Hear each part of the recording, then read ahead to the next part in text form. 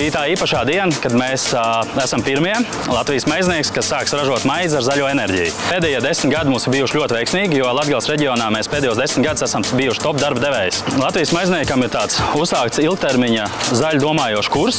Šeit arī var redzēt, ir pirmais elektroauto, kur mēs veicām maizes piegādes. Šis elektroauto ir speciāli arī izveidots uz vienu konkrētu maršrutu, kur mēs gada laikā testējam, skatāmies šos rezultātus, un pirmie rezultāti, protams, mūs priecina.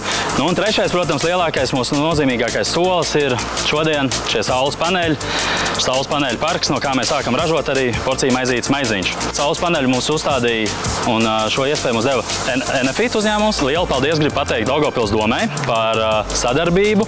Par sadarbību ne tikai šajā projektā, bet arī visos iepriekšējos. Kā redzat, mums ir gan ražošana, gan noliktavas telpas. Pa vidam mums ir ceļš, attīstīta infrastruktūra, un tur ir kopīgi veiksmīga sadarbība mums bijusi. Katra darba vieta Daugavpilī ir vērtība, un mēs tiešām esam pateicīgi Latvijas maiznieka lielajai komandai par to, ka Daugavpils tika izvēlēta kā pilsēta nākotnei, kā pilsēta, kurā var tikt ieguldītas investīcijas un kā pilsēta, kurā var tikt veidot jaunas darba vietas.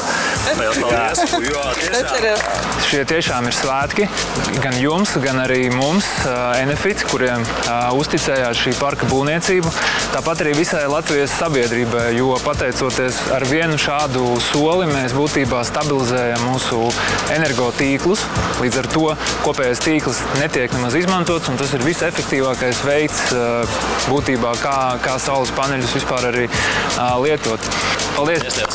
Vēlreiz gribu teikt visiem lielu paldies, ka šodien esat ieradušies šajā saules paneļu svinīgajā atklāšanā. Griežam! Šodien es gari negribu runāt, jo saule manā vietā šodien runā.